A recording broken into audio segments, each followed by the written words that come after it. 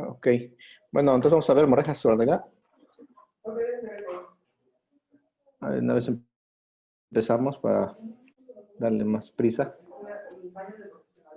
Ok, bueno, y continuando con el tema, ahora hablaremos acerca de la hemorragia subaracnoidea y a esta la vamos a definir o va a estar definida como la ocupación o incursión de sangre dentro del espacio subaracnoideo, que este es el lugar donde normalmente circula el líquido cefalorraquídeo, o también la vamos a llamar hemorragia subaracnoidea cuando tengamos una hemorragia intracerebral, pero esta se tiende a extender hasta el espacio subaracnoideo.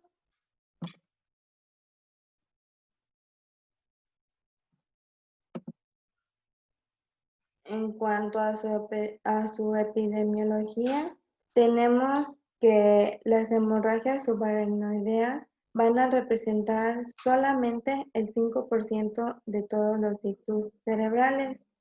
Nos menciona que esta patología va a afectar de 6 a 10 personas por cada 100,000 al año. La edad de presentación más frecuente va a ser alrededor de los 55 años. Nos menciona que en el 60% de los pacientes que la padezcan va a dejar secuelas y nos menciona que el 40% de los pacientes que padezcan igual esta enfermedad van a quedar dependientes a un cuidador y la mortalidad aproximada de esta patología es del 20 al 40%. Y por lo contrario a la hemorragia intracerebral, esta va a ser más frecuente en mujeres. En cuanto a su etiología, esta puede ser primaria o espontánea o secundaria. Si esta es de causa primaria, se va a deber en un 85% a una ruptura de aneurisma sacral. También se puede deber a una ruptura de alguna malformación arteriovenosa. Nos menciona que el 10% no va a tener una etiología aclarada y que otras causas que pueden llevar a la presencia de esta enfermedad pueden ser la hipertensión arterial, las arteritis, la presencia de tumores, un mixoma cardíaco, aneurismas sépticos, alteraciones hemodinámicas cerebrales o vasculopatía. Y si esta es secundaria, va a ser a causa de un trauma cráneoencefálico, y la literatura nos mencionaba que la presentación más común o la causa por la que más se presentan estos pacientes es debido al trauma cráneoencefálico. Dentro de los factores de riesgo los podemos dividir en modificables y no modificables. Y los modificables son los más importantes o los que interfieren más para que esta patología se presente.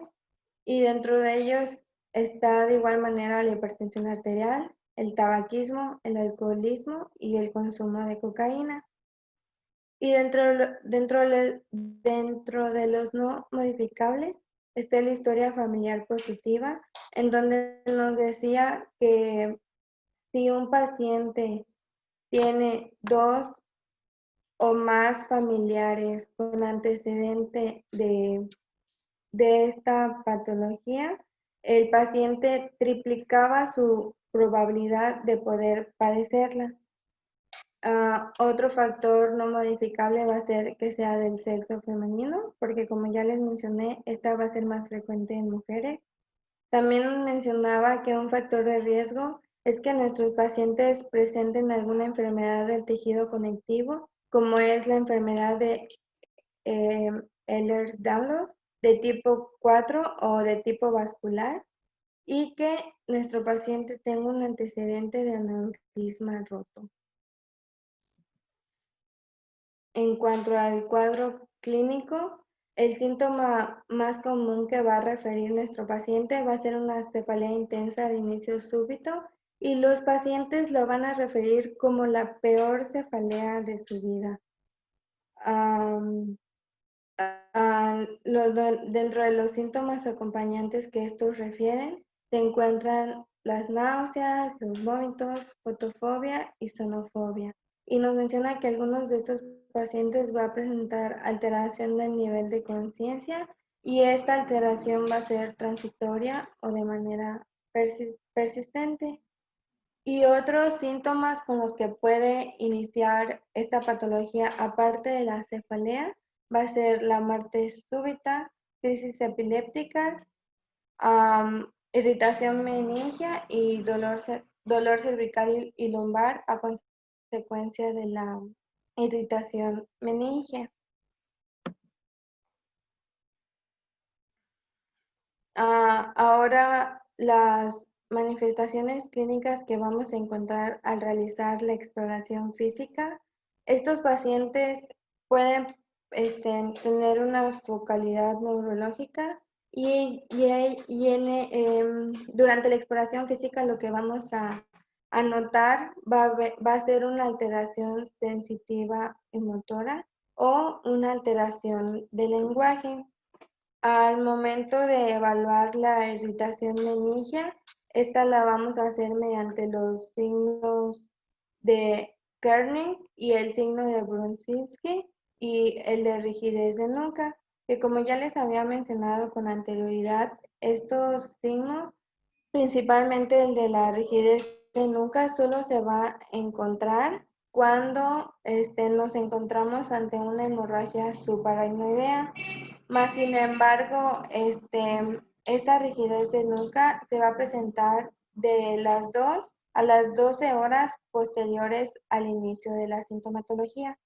Esto quiere decir que cuando el paciente nos llegue al servicio de urgencias y le hagamos la exploración física y le revisemos la rigidez de nuca, si el paciente no presenta positivo este signo, no significa que podemos excluir una hemorragia subaracnoidea como diagnóstico. Otra nos mencionaba que igual en la exploración física no podía hacer falta un fondo de ojo.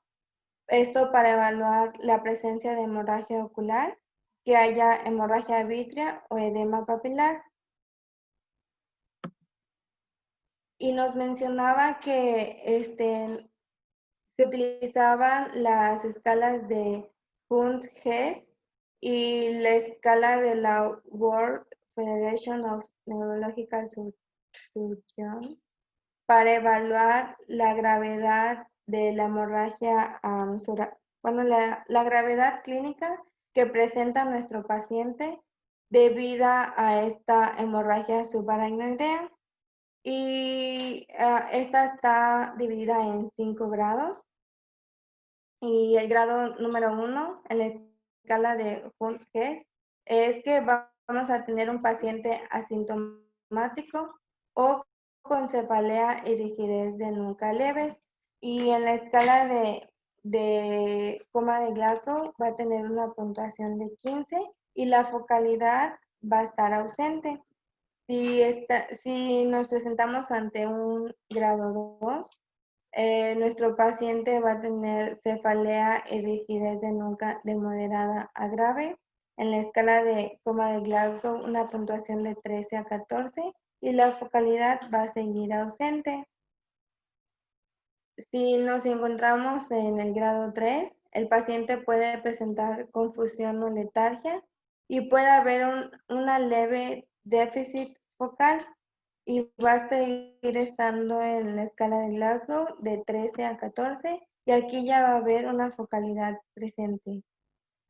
Si estamos en el grado 4, el paciente va a presentar estupor, hemiparesia moderada o severa.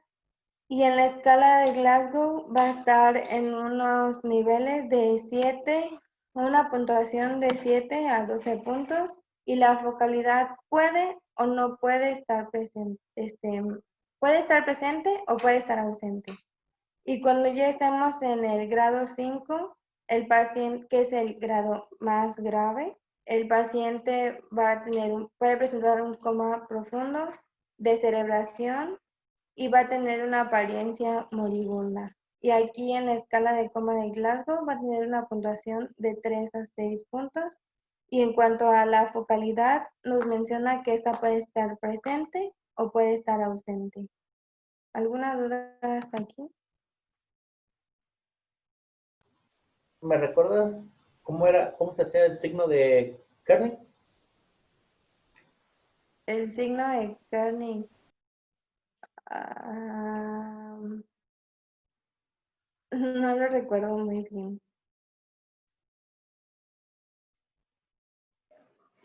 ¿Alguien recuerda el signo de Kernighan cómo es?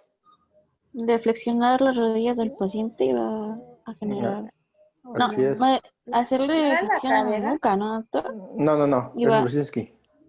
Ah, ok. Luczynski es que la nuca la levantan y va a levantar las rodillas. Ok. El Kernighan es la pura rodilla nada más. Lo que verifica es una rigidez de los tendones. Ok. Esos dos signos se encuentran en datos de irritación meningia, igual que papiledema y daño a nivel de retina. Pero son signos de irritación meningia esos dos. Ok, muy bien. La Aquí cefalea, Ajá, sí. la cefalea es lo que más nos va a orientar, ¿no? Que La tiene... cefalea es lo que más nos va a decir, bueno, nos va a orientar que es una hemorragia subaracnoidea. Porque, bueno, ahorita que veamos la escala de Fisher, vamos a ver cómo se va a encontrar y en qué daños. La de Hung-Hess es una valoración adecuada porque nos va a decir lo que es la clínica del paciente. La Hung-Hess nos va a decir si está en grado 1, grado 2, y la Fisher nos va a decir en dónde está localizado el daño. Entonces siempre se conjunta Hung-Hess más Fisher. Doctor, Supongo que y la ¿sí? Huniges tenemos los grados y nada más es como para clasificar al paciente o de ahí surge alguna pauta para la terapéutica. Ajá. Por ejemplo, si tú tienes un Fisher 3 con un Hess de grado 2, tú estás diciendo, bueno, tengo una hemorragia que tiene más de 1 milímetro y que confluye o que hay riesgo para hacer un coágulo en dicha región, pero que la clínica realmente no está muy afectada porque tiene un 2. Entonces hay que dejar nada más en vigilancia a ese paciente, no quirúrgico. Pero si te dicen un Huniges grado 4 con un Fisher 4, obvio que es un paciente muy grave. Entonces tiene que ver mucho la relación de las dos. Ok, No sé gracias. si me explico. Ahorita cuando veamos Fisher vamos a ver. Ok, bueno, síguele. Y bueno, igual nos mencionaba en cuanto a la clínica que algunos pacientes suelen referir que antes de esta cefalea intensa que catalogan como la peor de su vida, tienen una cefalea antes y a esta la denominan la cefalea en centinela, que realmente lo que la literatura menciona que esta viene siendo como el inicio a la patología, solo que aquí es una microhemorragia y ya posterior, mencionaba que puede ser una semana posterior, que es cuando ya se presenta como tal la peor cefalea de su vida o así como lo catalogan los pacientes.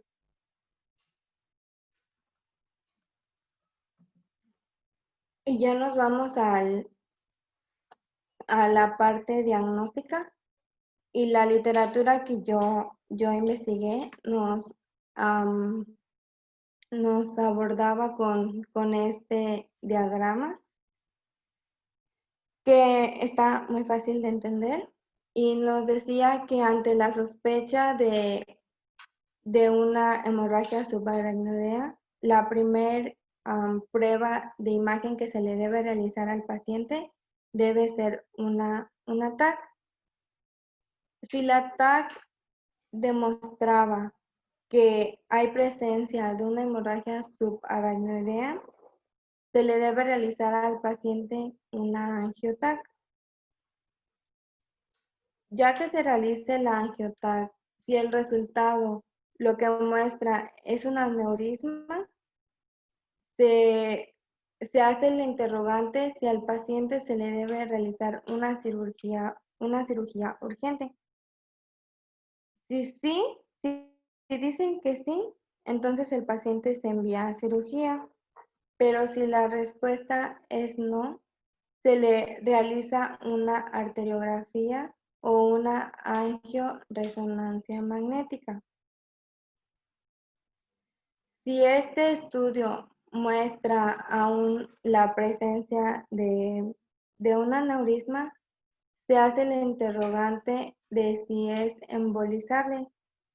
Si no es embolizable, se va a cirugía, pero si sí es embolizable, se realiza un tratamiento cerebrovascular. Ahora, si después de realizarle una angiotac no se encuentra un aneurisma ni otra causa obvia de la hemorragia subaracnoidea, se va directamente a la arteriografía o a la angioresonancia magnética. Y volvemos a lo mismo del aneurisma.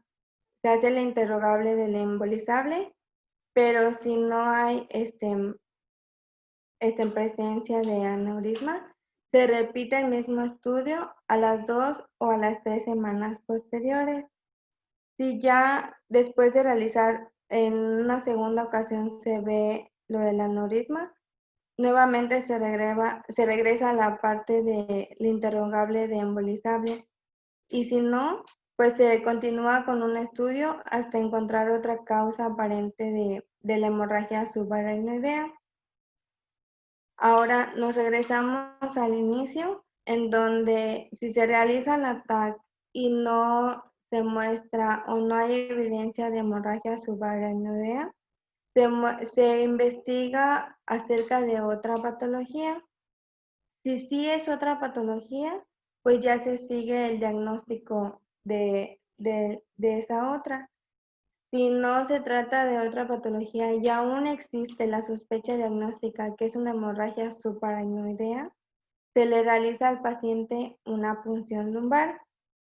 Si la punción lumbar es positiva, se sigue el procedimiento de la arteriografía o la angioresonancia magnética. Si esta punción lumbar sale negativa, pues se continúa con un estudio para verificar otra causa que esté ocasionando la hemorragia. ¿Alguna duda? ¿Cómo decidimos si es cirugía urgente o no? Dice que para cuando tú tratas a un paciente o que tenga una hemorragia subaracnoidea, menciona que este paciente debe estar tratado por un grupo de médicos, dentro de los cuales debe haber un urgenciólogo, un neurocirujano, un neurólogo, un intensivista, y que se hace, pues, entre ellos se llega Manejo integral. al manejo integral para decidir si se va directo a la cirugía o qué se realiza con este paciente. Tiene que ver Pero mucho, desde el principio, si sospechas de hemorragia subaracnoidea, debes de ser interconsulta, ¿no, doctor? sí, pero la O indicación de tienes el... cirugía tiene que ver mucho con el grado de la tomografía, el daño tomográfico y la clínica del paciente. Si no tienes Ok. una tomografía que te verifique si realmente es quirúrgico o no, no entra quirófano. Como les menciono, esas dos clasificaciones son esenciales para el diagnóstico del paciente y su pronóstico. Por clínica no la puedes operar nada más. Por clínica no. Necesitas una tomografía a fuerza para poder ver dónde está el daño. Si es un aneurisma, si no es aneurisma, es hemorragia. Recordemos que estamos viendo aquí la hemorragia no traumática. La no traumática, entonces, cuando veamos la traumática, ahí sí ya veríamos otras condiciones, pero ahorita es la no traumática. Ok, continúa.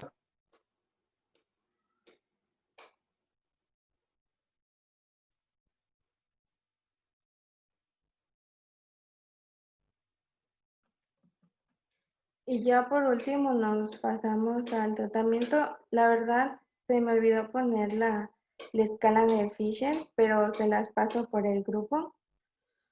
No recuerdo por qué no la puse, pero sí la Pero leí. es esencial en la hemorragia subaracnoidea, la Fisher. Es esencial porque de acuerdo a ello va enfocado el tratamiento. Sí, es de acuerdo a la tomografía. Pues sí, ¿cómo hacemos el diagnóstico de hemorragia subaracnoidea? Pues por tomografía. Por Ujú. clínica la sospechamos, pero puede ser una migraña, puede ser una intoxicación, puede ser, o sea, la cefalea puede dar por muchas cuestiones, pero el diagnóstico diferencial lo haces por tomografía. Si no hay tomografía y no vemos la hemorragia, no sabemos qué tiene eso.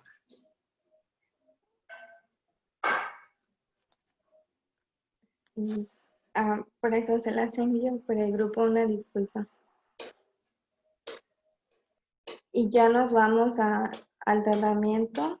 Y pues nos menciona que ya que tenemos el diagnóstico como tal de una hemorragia subaracnoidea, ahora el tratamiento va enfocado a, a evitar sus complicaciones, a evitar un resangrado y a evitar a prevenir el vasoespasmo.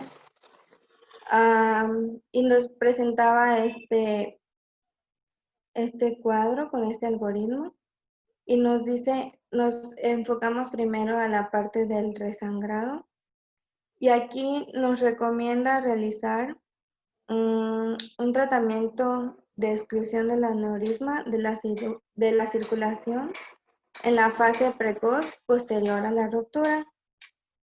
Si esto no es posible, se debe hacer la valoración de un tratamiento con antifibrinolíticos y nos menciona que si el paciente se mantiene en reposo en cama y mantiene un tratamiento analgésico o el tratamiento antihipertensivo, esto nos va a servir como una medida coadyuvante.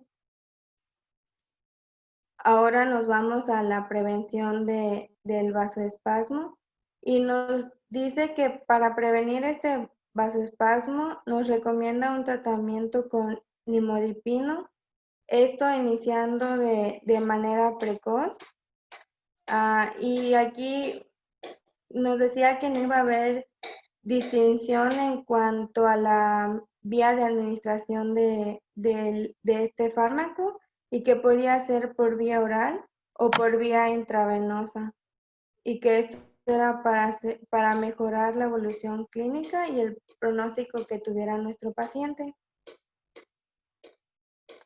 Y ya cuando nos encontramos ante un vasoespasmo sintomático, nos dice que aquí nos recomiendan el tratamiento precoz del aneurisma y mantener una situación de normovolemia con el empleo de soluciones cristaloides.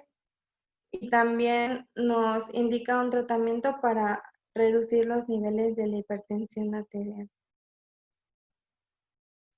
Y ahora, en cuanto a la hidrocefalia, que esta ya vendría siendo una complicación neurológica de esta patología, nos dice que cuando nos encontramos ante una hidrocefalia y que ésta sea sintomática, el tratamiento de elección va a ser el drenaje ventricular mediante ventriculostomía y que esto resultaría beneficioso para nuestro paciente. Y eso es todo. Ok, aquí es lo importante con la utilización del nimodipino.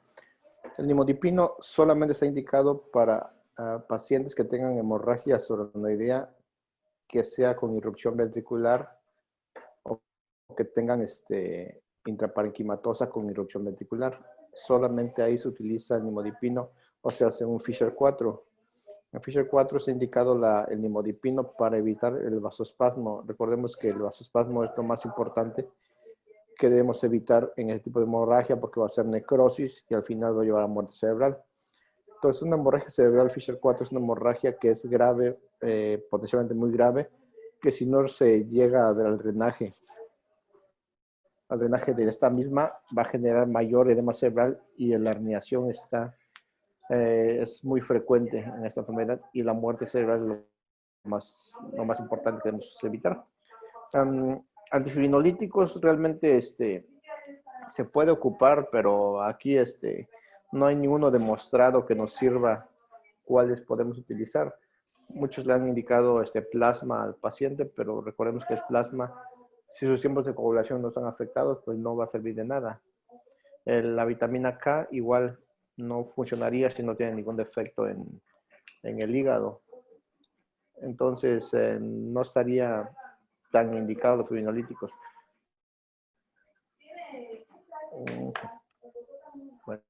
Bueno, ¿sí me escuchan? Sí, doctor, sí. Okay. Sí, doctor. Ok, en cuanto al manejo con diuréticos, está indicado disminuir un poco la presión intracraniana. Se puede utilizar furosemide en dosis bajas.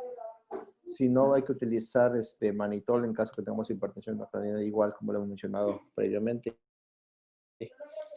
Para cefalear está indicado ya utilizar medicamentos opioides. En este caso podemos usar el tramadol, nalbufina, buprenorfina, que tengamos a la mano. Entonces, el dolor va a ser más que nada por la hemorragia que hay en el espacio subaracnoideo, que va a irritar las meninges y eso va a causar el dolor. No hay mayor tratamiento más que hacer el diagnóstico clínico y tomográfico y pasarlo a quirófano. Si la hemorragia es un Fisher 2, Fisher 1, Fisher 2, no hay mayor problema. Incluso un Fisher 3, si no tiene alteraciones neurológicas, no hay problema. Entonces, no sé si tengan alguna pregunta de hemorragia subaracnoidea. Vamos a acabar el tiempo. Con la presión arterial, doctor, ¿cómo la manejamos? Ok, la presión arterial O los rangos. tenemos un rango de presión arterial media entre 90 y 120. Mantenerla entre ese rango, 90 y 120, la presión media. La PAM, ok. Así es. ¿Alguna otra pregunta antes de sacar de su tiempo?